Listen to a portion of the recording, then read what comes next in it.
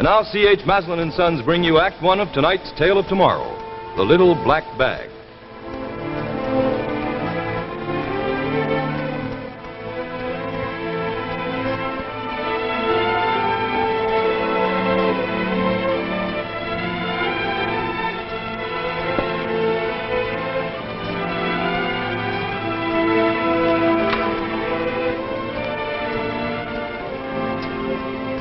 Well, Dr. Livingston, I presume. Oh, Angie. And how much money did the eminent physician and surgeon earn today? Angie, don't. I know I haven't treated a patient in days. Oh, I'm tired. Tired. Oh, you poor little man. What do you know about being tired? I'm tired, too.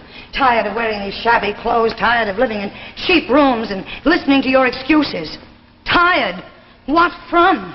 You haven't earned $1 in a month. Oh, Angie, stop it. Oh, no, not this time, my benevolent husband. I'm fed up with all this rot, moving from one hovel to another, living in filth, sinking lower and lower. I know that. You were going to set the world on fire, be the greatest surgeon that ever lived.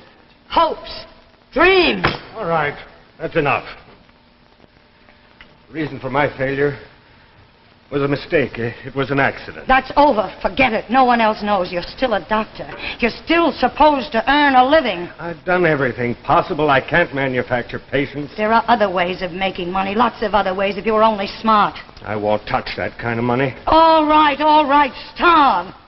Stay in your cave. You're a weak, spineless failure, not good for anything. Angie. Oh, go on. You disgust me.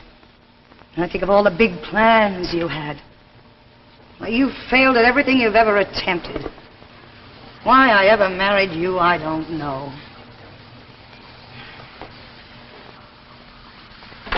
Where do you think you're going? I'll get you some money. Money? You? Ha!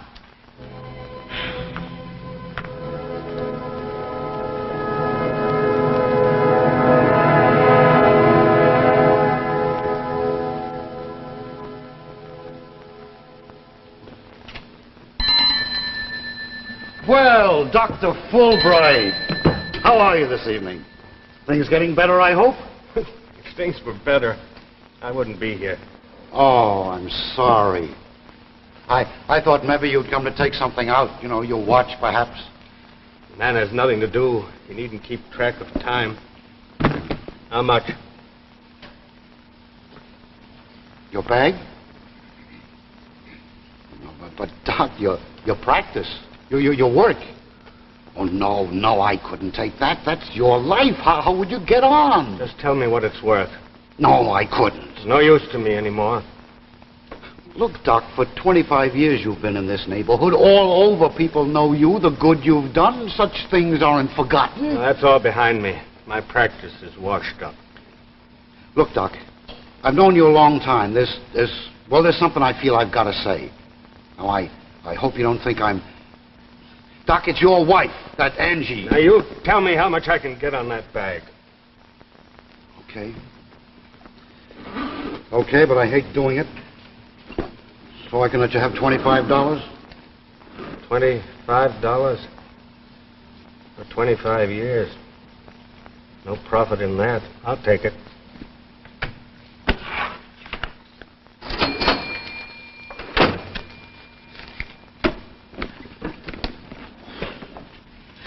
Wait a minute, Doc. I just thought of something.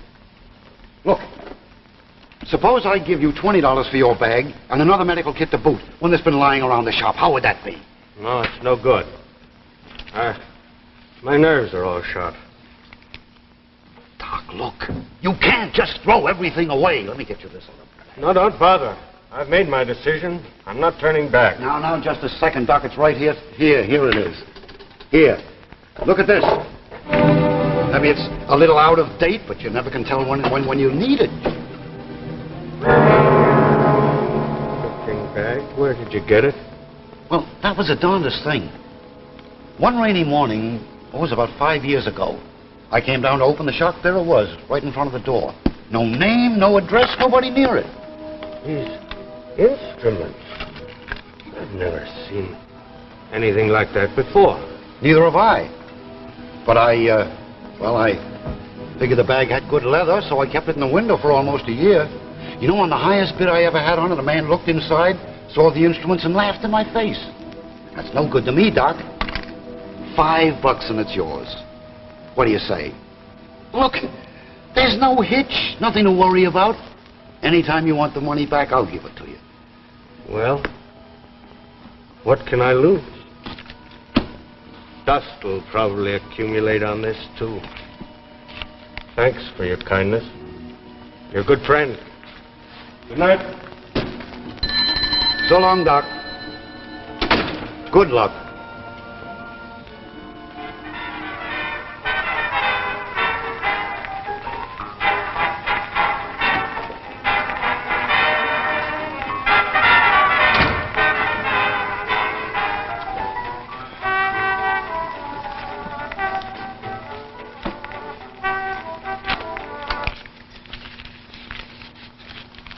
$20.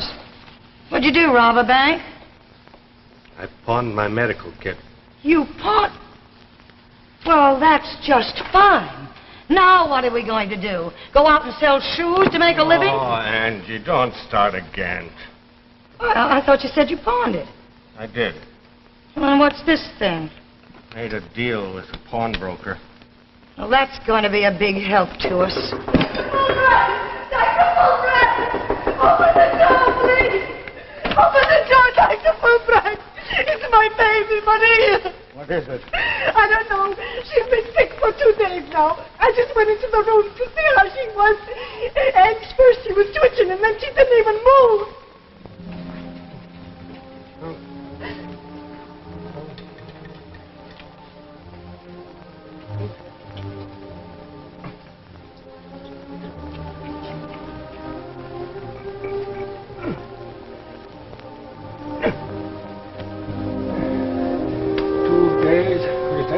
Yeah.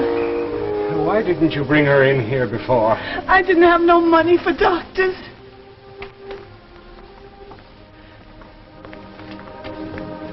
Mrs. Gallucci, Maria's very sick. What is it, doctor? Can only be one thing, hemorrhagic encephalitis, an infection of the brain. Is that very bad, doctor? I'm afraid there's nothing anyone can do. You gotta do something. Maria mustn't die. I'm sorry. Sorry is no good. You put her in a hospital. They got medicines and things. They could do something. No, it's too late for that now, Mrs. Gallucci. You move her now, she'll just go more quickly. No, doctor. You gotta do something. You got medicines in a bag. You could give Maria something. There's nothing to give her. You gotta. Anything. Please, doctor, please. All right, I'll do what I can. Where's my bag? I'll give her a sedative. Ease her pain. She'll go any moment, poor child. She's in a coma now. This is Mom. This confounded thing. For use by authorized personnel only. Used unethically, this equipment shall lose all curative power, and the violator shall be subject to the full penalty of the law. I want medicines, and I get a lecture. There must be something in here. You're gonna get better. What's this gibberish? Anti-infection, 4G, 3cc. I suppose that means I administer 3 cc's of 4G. Whatever that is. And she can buy you a big carriage, too, to go with the 4G, 3cc. It's already loaded. What a way to carry a syringe. Please, Maria. You're gonna get better. It doesn't diminish. Pop is waiting for you. I squirt out half of it, and it stays filled. What is this? Please, doctor, please. I don't know, Angie. This syringe, it's so peculiar. Oh, well, go ahead. What can you lose? You'll at least make Mrs. Gallucci feel better, even if you can't help the girl. Hurry, doctor, hurry. She's got pain.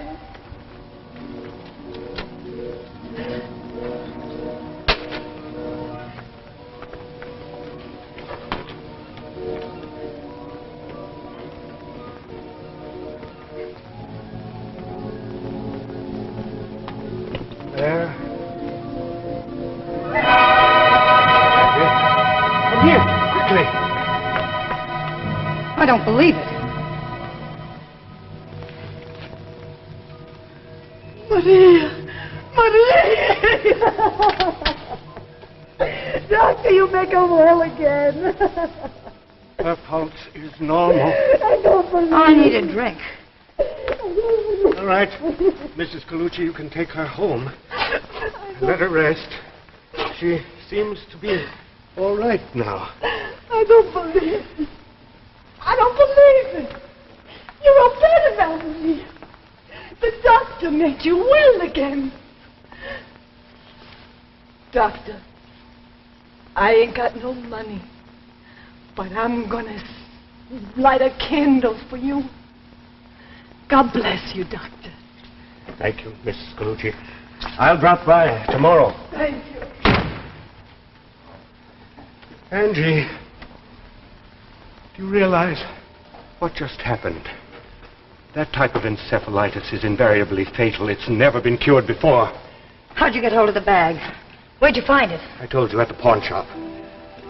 I don't understand all this. A syringe that refills itself. That miraculous cure of the child just now. Can you imagine what I can do with this bag? Yes, I can.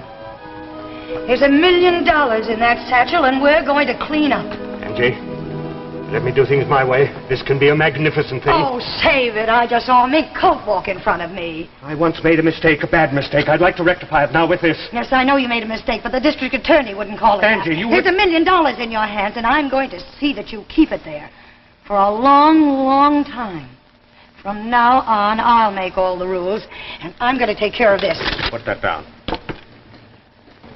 Such strange-looking equipment. Wait a minute. Wait a minute. There's some writing on this. Where's the magnifying glass? Oh, here it is.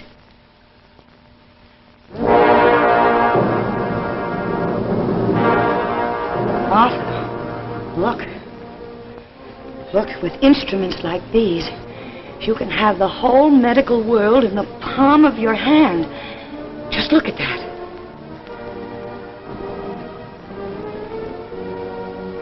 U.S. patent applied for July 15th, the year 2450.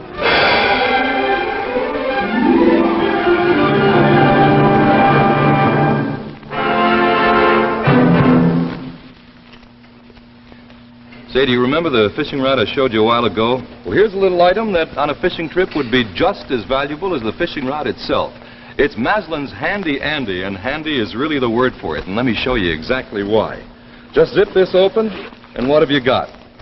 Lots of little individual holes and a plastic backing to hang all your lures and spinners on. They never can get tangled up again. They're all right there for you to reach. The plastic backing is so that in case you fall, there's no chance of one of the hooks going through the material and hurting you.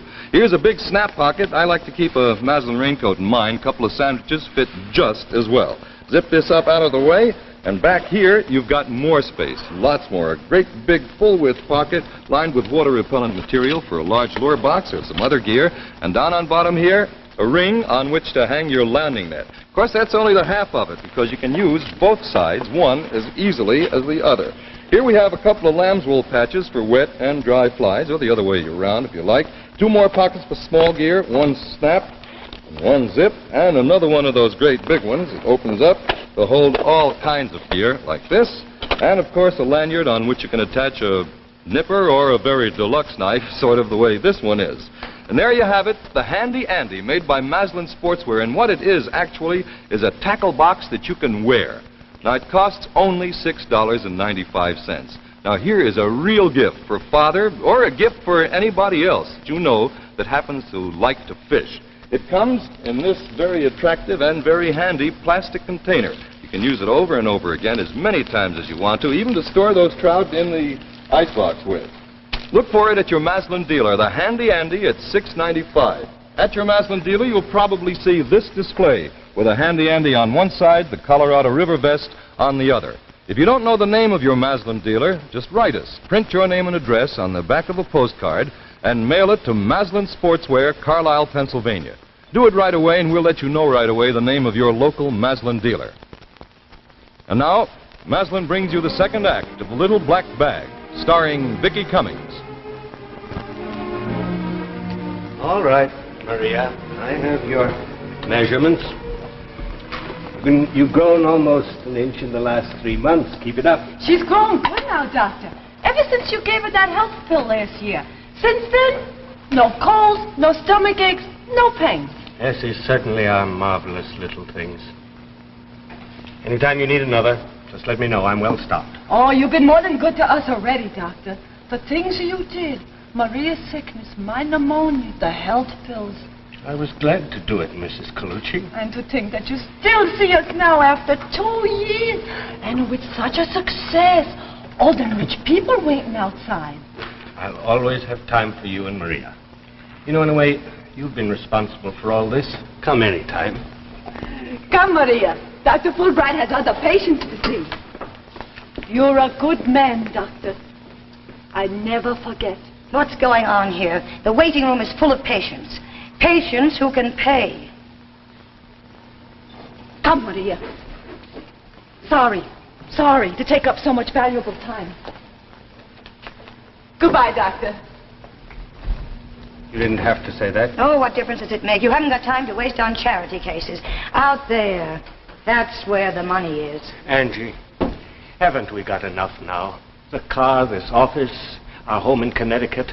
Can't we afford a little kindness? Think of the good we're doing. Think of the good we're doing. What if the instruments stop working? What if the bottles and the hypodermics run dry? What then? They never have. They keep refilling themselves. But they might, and the day they stop, we're right back where we started. I have no right to use these instruments for selfish purposes. You are a fool. This is the chance of a lifetime. You forget one thing. For use by authorized personnel only. Used unethically. Oh, stop with that scared talk. I've heard it a million times. It doesn't mean a thing. You may not think so, but we'd be fools to ignore it. Oh, that's a laugh. How could anybody from the 25th century reach us? How did they send that bag back through all the time? How do they keep refilling the bottles and hypodermics? Why are the instruments always sharp and sterile? We don't know how these things work. This is 1952. I tell you, we're perfectly safe. Nothing can touch us. How do you know nothing can touch us? Perhaps there's a machine. A time machine that can send things to us from the future. Perhaps somewhere in the 25th century, there's a machine or a man who controls this bag, keeps supplying it, knows all the uses to which it's put. One deviation or false move and it can be taken back. We don't know where these things come from. Oh, you're out of your mind. First chance we get to get some real money, and you talk theories. I tell you, this is too important for just one person. It belongs to everybody. Just look at the magnificence of these scalpels. This one does its work without pain, without bleeding. This can find cancerous growth and eliminate it immediately. Angie, I tell you, this is a science far beyond anything we've ever known. We must walk a straight line. You have to drink. Oh, please be quiet. I'm trying to think. The 25th century. A medical kit from the 25th century. Be careful. That's the amputation scalpel. Don't you It's think very I dangerous. know what it is? I know these instruments as well as you do. For 2 years I've watched you work, and I can handle them as well as you can. Don't be a fool. Training for a nurse doesn't make you a surgeon. You would know the first thing about surgery. Wouldn't I? I've seen these instruments move themselves. I've seen them do it. Anybody could be a success with these. Send in the next patient. Let's get things cleared up fast here. I want to talk to you a moment later. Talk to me now. Later. Patients are waiting. Send in Mrs. Lagan. And don't forget to ask her for a big fee. She looks really wealthy. Mrs. Lagan, the doctor will see you now. Mrs. Lagan, how do you do? Dr. Fulbright, I've heard so much about you. Everyone raves so. I hope you'll be able to do something for me. Come right this way. Make yourself comfortable. Thank you.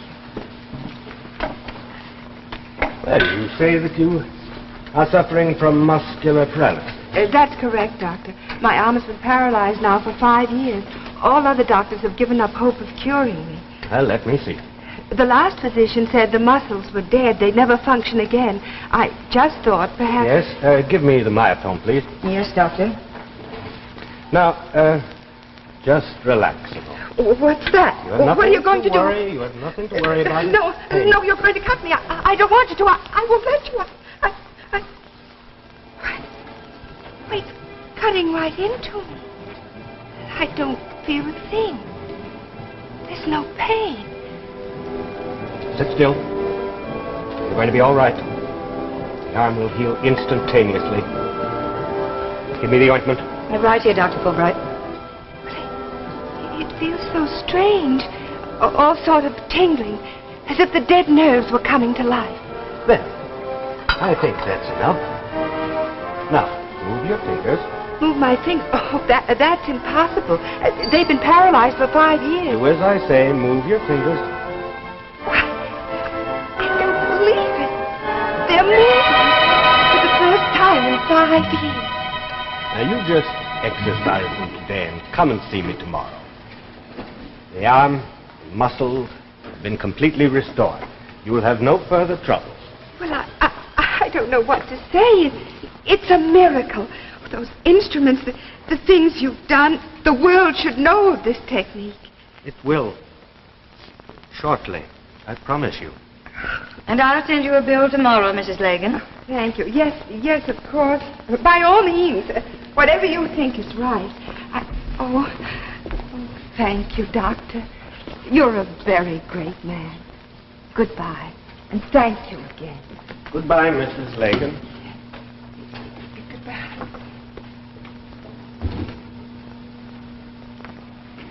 Send her a bill for $50. Are you out of your mind?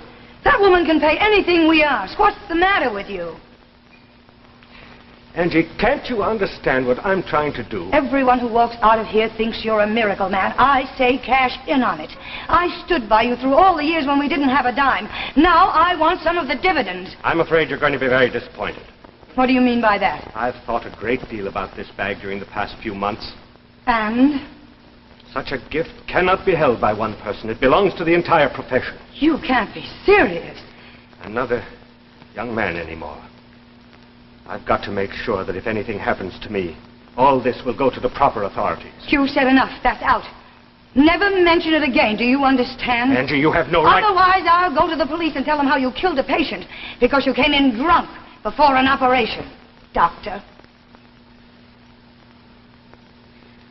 It's funny, but I'm not afraid anymore.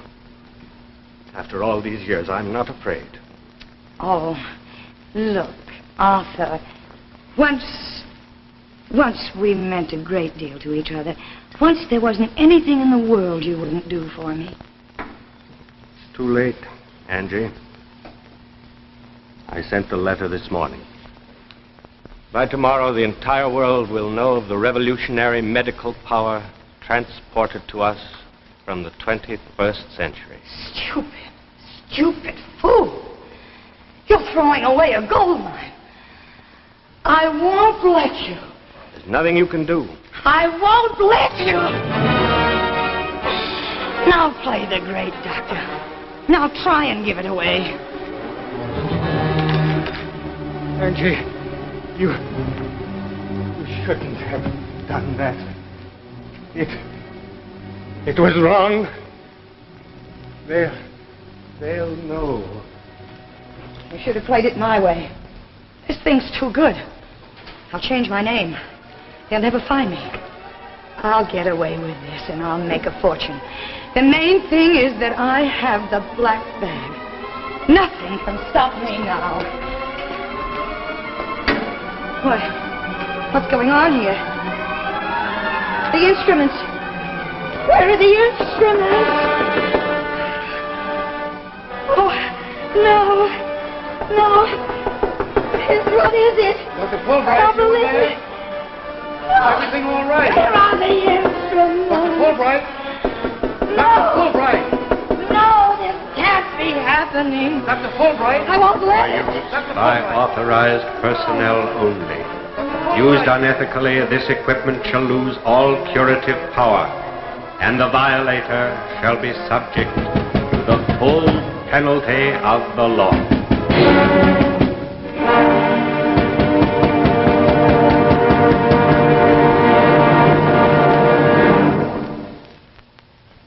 And so we end tonight's tale of tomorrow, The Little Black Bag, starring Vicki Cummings.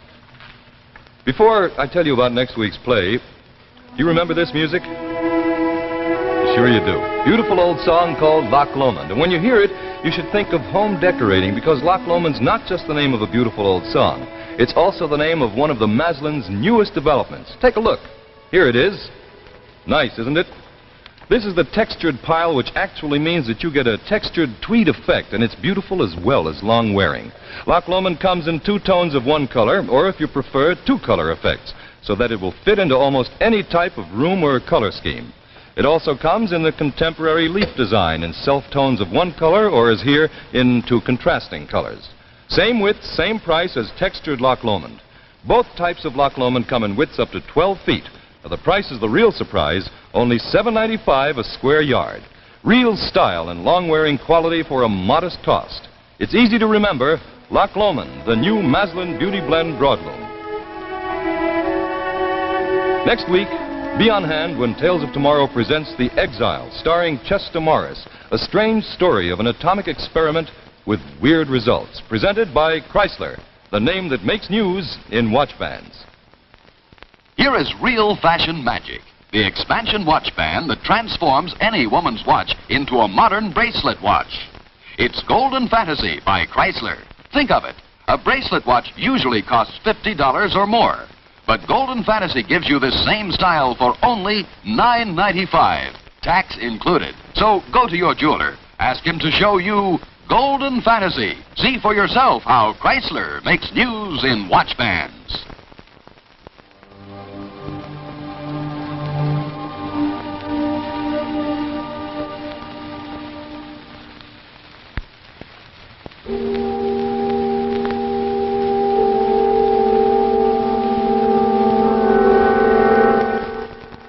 The preceding program, originally telecast by ABC in New York, has come to you by special video recording. This is ABC, the American Broadcasting Company.